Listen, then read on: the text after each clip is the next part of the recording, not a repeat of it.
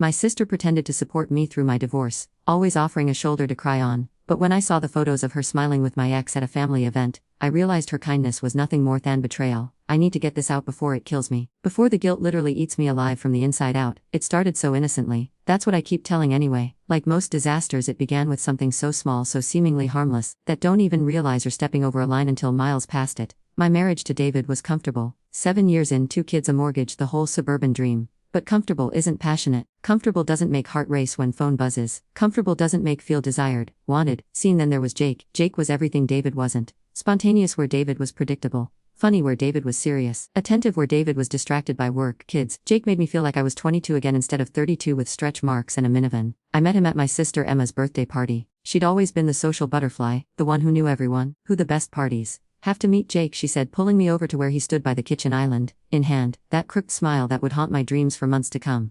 He's new in town, works in marketing. 2 would get along great. She was right. We did get along great, too great at first. It was just talking. Innocent conversation at Emma's gatherings. He'd ask about my work as a graphic designer. I'd ask about his new job. David would be there too, usually buried in his phone or talking shop with Emma's husband Mike about fantasy football or home improvement projects. The conversations got longer, more personal. Jake would find reasons to help me in the kitchen while everyone else watched movies or played games. He listened when I talked, really listened. When I mentioned feeling overwhelmed juggling work and the kids, he didn't offer solutions or tell me I was doing fine. He just said, "That sounds really hard," or "carrying a lot."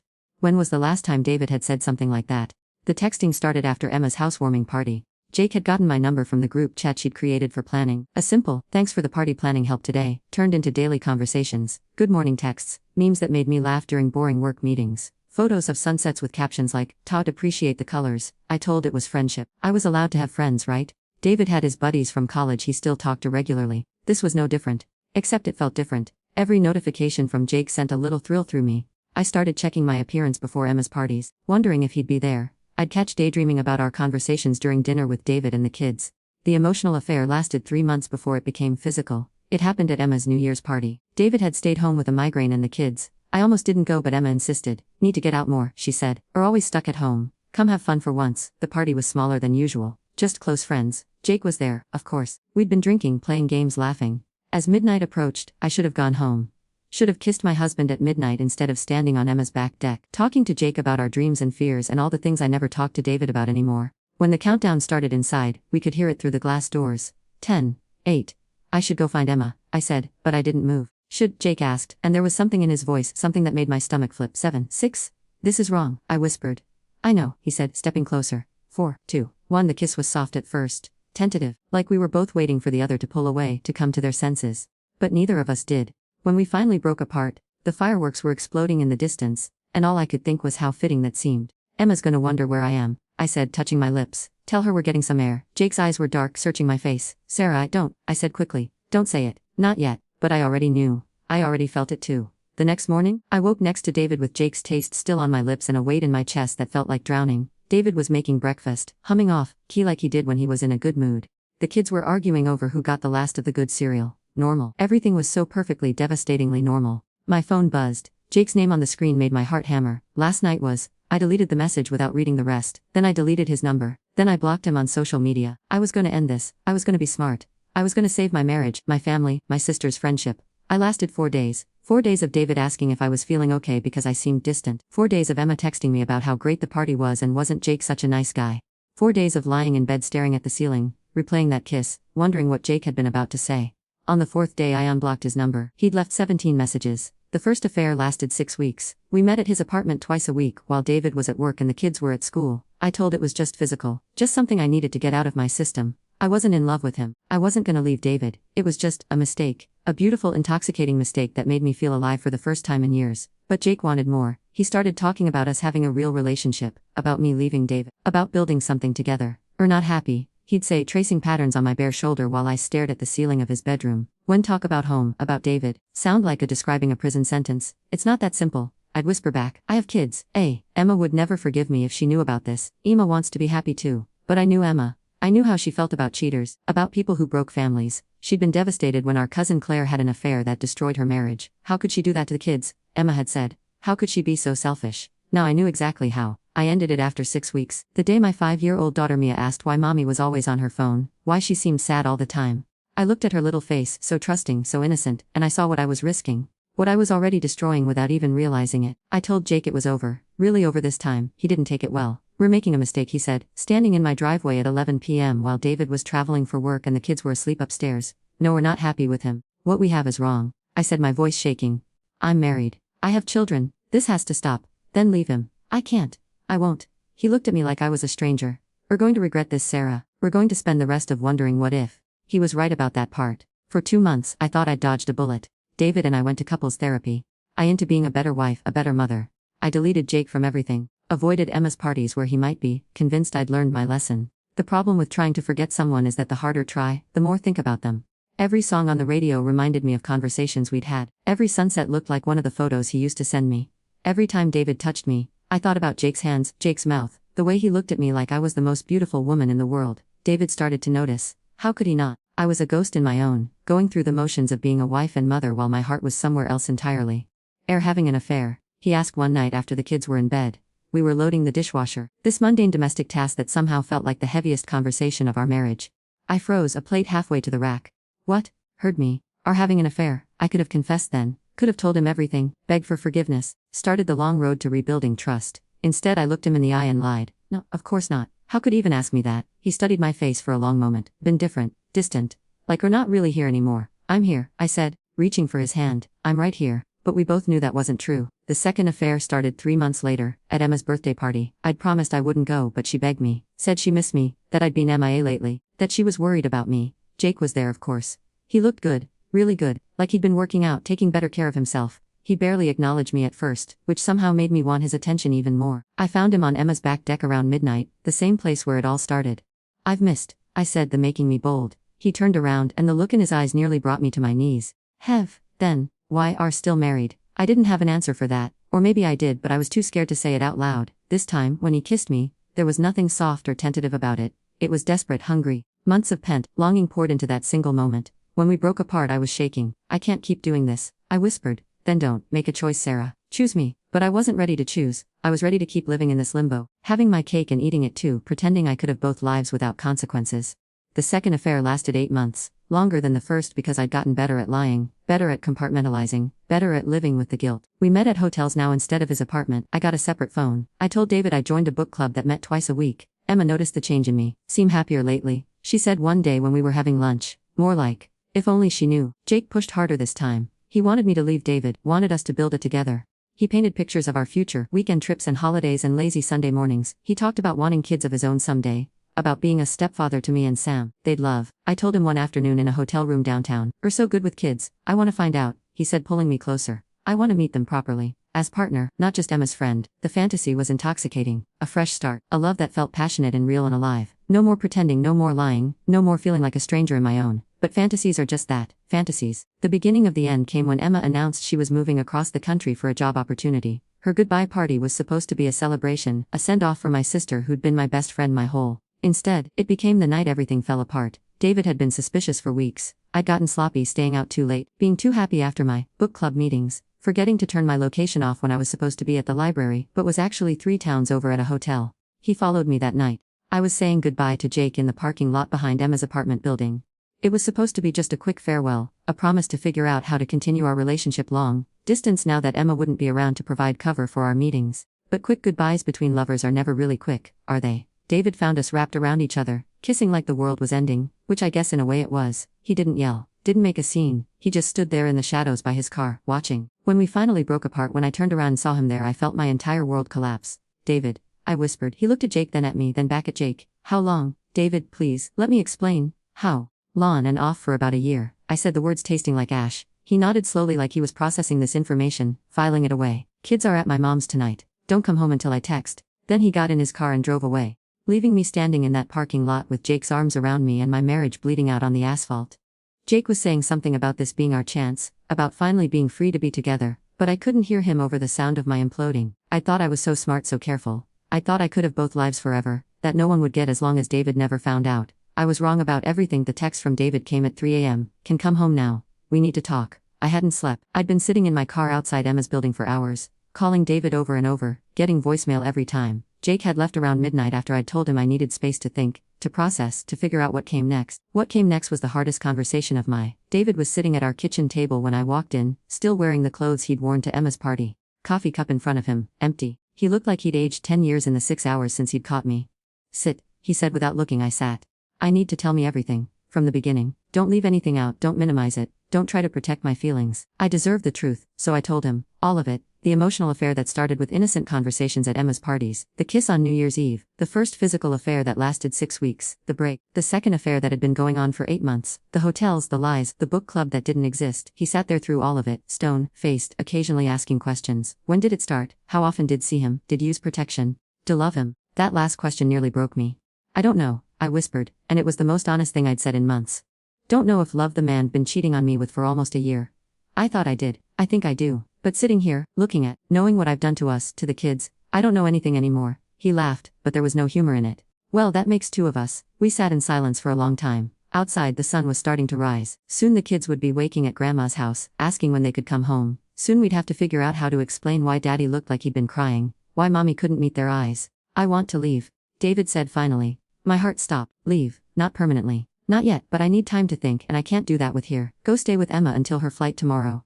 Figure out where wanna go after that, because it can't be here. Not right now. The kids will stay with me. Can see them, but not here. Not in our home. Not until I figure out if there's gonna be anything anymore. I wanted to argue, to beg, but I had no right. I'd forfeited my rights the moment I'd kissed another man. I'd forfeited them every time I'd chosen Jake over my family for the past year. David, I'm so sorry. I know that doesn't mean anything right now, but I am. I never meant for this to happen. I never meant to Boyne. He looked at me then, really looked at me, and the pain in his eyes was unbearable. But did mean it, Sarah. Every time went to see him, chose to me. Every time lied to my face, chose to me. Every time came home and pretended to be my wife after being with him, chose to me. This didn't just happen. Made it happen. Over and over again for a year. He was right. God help me, he was absolutely right. I packed a bag with shaking hands while David sat in our living room, staring at nothing. I wanted to say something, to offer some kind of comfort or explanation or promise that I could fix this. But there was nothing left to say. Emma was getting ready to leave for the airport when I showed at her door at 7 a.m. with a suitcase and red eyes. Sarah, what's wrong? Look awful. I broke down right there in her doorway. The whole story came pouring out between sobs, all of it, everything I'd been hiding from her for months. Her face went through so many emotions I couldn't track them all. Shock, confusion, anger, disappointment, disgust. Jakey, she said when I friend Jakey. I've been having an affair with Jake. I nodded miserably. For a year, and been lying to me this whole time, using my parties as cover. Another nod. She stared at me like I was a stranger. I don't know. The person standing in front of me, I don't know who this is, because my sister would never do something like this. My sister believes in marriage, in commitment, in not destroying families for selfish reasons. Emma, please, no, don't dare Emma, please me. Do you have any idea what done? David is one of the best men I know. Children adore him, had everything, Sarah. Everything I've been looking for my entire, and it away for what? Some excitement, some fantasy. I couldn't answer because she was right. I had thrown it all away, and for what? A man who wanted me to abandon my children for him. A relationship built on lies and betrayal. The temporary high of feeling desired. Where are the kids, she asked. With David's mom. Good. At least they don't have to see like this yet. She stepped back from the door. Can stay here until my flight leaves at 3. After that, need to find somewhere else to go because I can't look at right now without wanting to scream. Those were the last words Emma said to me before she moved across the country. The last real conversation we had was her telling me she was ashamed to call me her sister. I spent that day in her empty apartment, surrounded by boxes and the ghosts of all the parties where I'd fallen in love with someone who wasn't my husband. I called David repeatedly, begging him to let me come home, to let me see the kids. He didn't answer. Jake dozens of times. He wanted to know what David had said, what was going to happen next, when we could be together openly. I turned off my phone. At 3 p.m., I watched Emma's cab drive away from my spot by her living room window. She didn't look back. I had nowhere to go. No family who would take me in after what I'd done. No friends who wouldn't judge me for destroying my marriage. I'd isolated over the past year, canceling plans and skipping get-togethers to spend time with Jake instead. I checked into a hotel. The same chain where Jake and I used to meet, though not the same location. The irony wasn't lost on me. David texted that evening, kids asking for. Can call them at A. Keep it short. Hearing their voices broke something inside me that I'm not sure will ever heal. Mummy, when are coming home? Mia asked. Daddy said had to go away for work, but don't usually go away for work. I don't know, baby. Soon, I hope. Air and Daddy fighting. Sam, my 8-year-old, was too perceptive for his own good. Grown-ups sometimes have problems they need to work out, I said, hating for adding another lie to the pile. But we both love very much. That will never change. A promise. But even as I said it, I wondered if it was true. Would David let me be part of their lives after this? Would he use my affair against me in court? Would my children grow knowing their mother was a cheater, a liar, a woman who chose temporary pleasure over their family's stability? The days blended together after that. Hotel room, lawyer consultations, texts from Jake that I didn't answer, Calls from my mother that I couldn't bring to return because I'd have to explain why I wasn't living at home anymore. David agreed to let me see the kids once a week, supervised visits at a park or restaurant, never at the house. Never overnight. Mia cried every time I had to leave. Sam started acting out at school, getting into fights, grades dropping. He's angry. David told me after one particularly difficult visit where Sam had refused to speak to me. He doesn't understand why mommy doesn't live with us anymore, and he's taking it out on everyone else. Tell him the truth, I said. Tell him it's my fault. Tell him I made mistakes. He's 8, Sarah. He shouldn't have to deal with the consequences of choices. But he was dealing with them anyway. They both were. Every day they were living with the fallout of my decisions, and there was nothing I could do to protect them from it. The divorce proceedings started 2 months after David caught me. He filed for custody of the children. I didn't. How could I? I'd abandoned them emotionally long before I'd physically left the house. I'd prioritized my affair over their stability, their happiness, their security. Jake kept trying to reach me. He showed at my hotel, at the coffee shop where I'd started spending my days, at the grocery store. He wanted to know why I wasn't answering his calls, why I was shutting him out when we finally had the chance to be together. This is what wanted, he said during one of these encounters. Free now, we can be together openly, free. I laughed bitterly. I've lost everything, my husband, my children, my sister, my home. How is that free? Lost things that were making unhappy anyway. Now we can build something real together. Built on, what? Lee's betrayal, the destruction of my family. He looked confused, like he genuinely didn't understand why I wasn't grateful for this opportunity he thought he'd given me. That's when I realized Jake had never really understood what he was asking me to give. He saw my marriage as something holding me back, not as a commitment I'd made, a family I'd built that I'd chosen. He saw my children as obstacles to our happiness, not as the most important people in my world. He'd never loved me. He'd loved the idea of me, the fantasy of the woman who would choose him over everything else, the reality of who I was, what I'd done, the price of our relationship. That wasn't what he'd signed for. I told him to leave me alone, to find someone else, someone who could give him what he wanted without destroying other people in the process. He didn't take it well, but eventually, he stopped calling. The custody hearing was the worst day of my to that point. Sitting in that courtroom, listening to David's lawyer describe my affair, my lies, my abandonment of my children, I felt like I was watching someone else's fall apart. But it wasn't someone else's, it was mine. These were my choices, my consequences, my children's futures being decided based on my actions. The judge awarded David primary custody with limited supervised visitation for me. 2 hours twice a week, always in public, always with a court-appointed supervisor present. The court finds that Ms. Henderson's extended deception and abandonment of her children during the affair demonstrates a pattern of putting her own desires above their well-being, the judge said. Until she can prove she's addressed the underlying issues that led to this behavior, the court cannot recommend unsupervised access. I walked out of that courthouse knowing I might never live with my children again. I might never tuck them into bed, help them with homework, comfort them when they had nightmares. I might become a weekend visitor in their lives, someone they saw twice a week at McDonald's or the park, always watched by a stranger to make sure I didn't corrupt them further. That night, I called my mother and told her everything. She cried, not the gentle tears of sympathy, but the harsh sobs of disappointment, of a parent watching their child destroy everything good in there. How could do this? She asked when she could speak again. How could throw away everything worked so hard to build? I didn't have an answer. I'd asked the same question 1,000 times and still couldn't come with anything that made sense. I thought I was unhappy, I said finally. I thought I deserved more. More than a husband who loved. More than 2 beautiful children who needed their mother. More than a sister who would have done anything for. When she put it like that, it sounded even more insane than it had in my own head. I made a mistake, Mom. The biggest mistake of my no, she said quietly. Made thousands of small mistakes that led to one catastrophic decision. Every time chose to text him instead of talking to husband. Every time chose to meet him instead of spending time with children. Every time chose to lie instead of being honest. Those weren't accidents, Sarah. They were choices. She was right, of course. They'd all been choices. Bad choices, selfish choices, but choices nonetheless.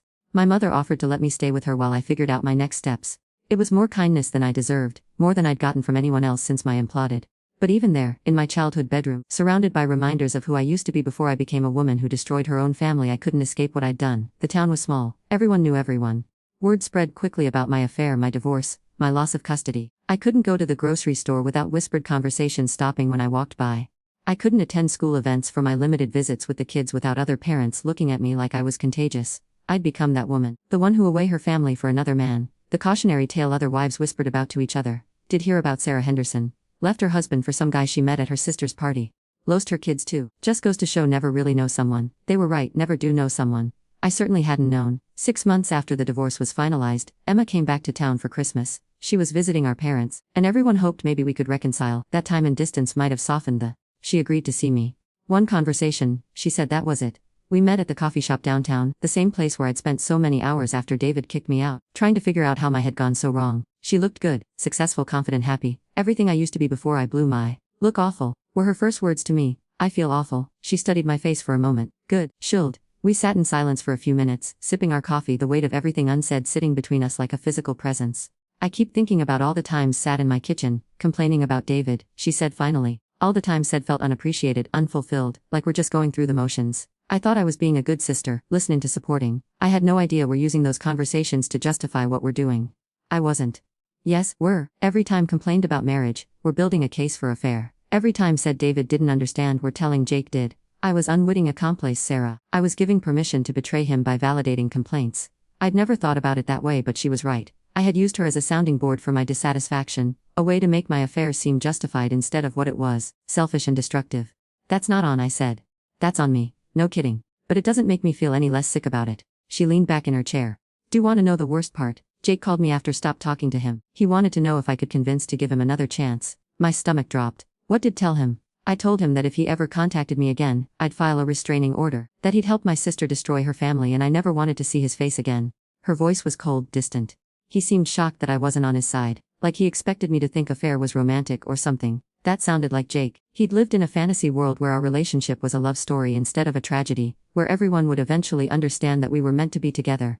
Emma, I know probably never forgive me, but I need to know how sorry I am, not just for the affair but for lying to, for using friendship, for putting in an impossible position. She nodded slowly. I know you're sorry. I can see it in face, hear it in voice. But sorry doesn't fix anything, does it? Sorry doesn't give family back. Sorry doesn't undo the damage to those kids. Sorry doesn't make David trust anyone again. No, I said quietly. It doesn't. I used to be proud to be sister. We're everything I wanted to be.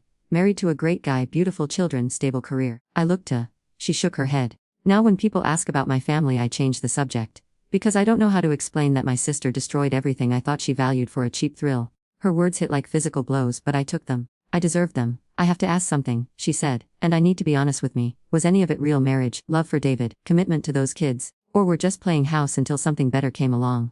The question haunted me because I didn't know the answer. I thought I'd loved David when I married him. I thought I'd wanted our family, our together. But if that was true, how could I have thrown it all away so easily? I thought it was real, I said finally. I thought I loved him, loved them, loved our. But maybe I just loved the idea of those things. Maybe I'm not capable of the kind of love that lasts, that puts other people first, that chooses commitment over excitement. Emma stared at me for a long moment. That's the first honest thing said to me in over a year. She finished her coffee and stood. I'm moving back here in the spring. New job closer to mom and dad, but I don't want a relationship with. I can't have in my knowing what capable of, what chose to do to people who loved and trusted. Pine Emma. I'm not done. If ever try to use me again, if ever put me in the position of keeping secrets or covering lies, I will out of my completely. No more conversations, no more family gatherings, nothing. Do understand? I nodded, not trusting my voice. And if ever do anything like this again, to anyone, I will make sure everyone knows exactly who are and what do to the people who care about. Punchy walked away without looking back, leaving me alone in that coffee shop with the terrible certainty that I'd lost her forever. That night, I lay in my childhood bed, staring at the ceiling, thinking about everything Emma had said, about whether any of it had been real, about what kind of person I really was. The truth was, I didn't know. I'd spent so many years being who I thought I should be, that I'd never figured out who I actually was. And when I finally started exploring that question, I'd done it in the most destructive way possible. I was a woman who could lie to her husband's face for a year. A woman who could abandon her children for stolen afternoons with another man. A woman who could use her sister's friendship as cover for betrayal. A woman who could destroy everything good in her and then act surprised when there were consequences. That was who I was. Not the wife, mother, and sister I'd pretended to be. This broken, selfish creature who'd traded everything real for something that was never meant to last. The worst part was I wasn't sure I was capable of being anyone else. 2 years later, I was still living in my mother's house, still seeing my children twice a week under supervision.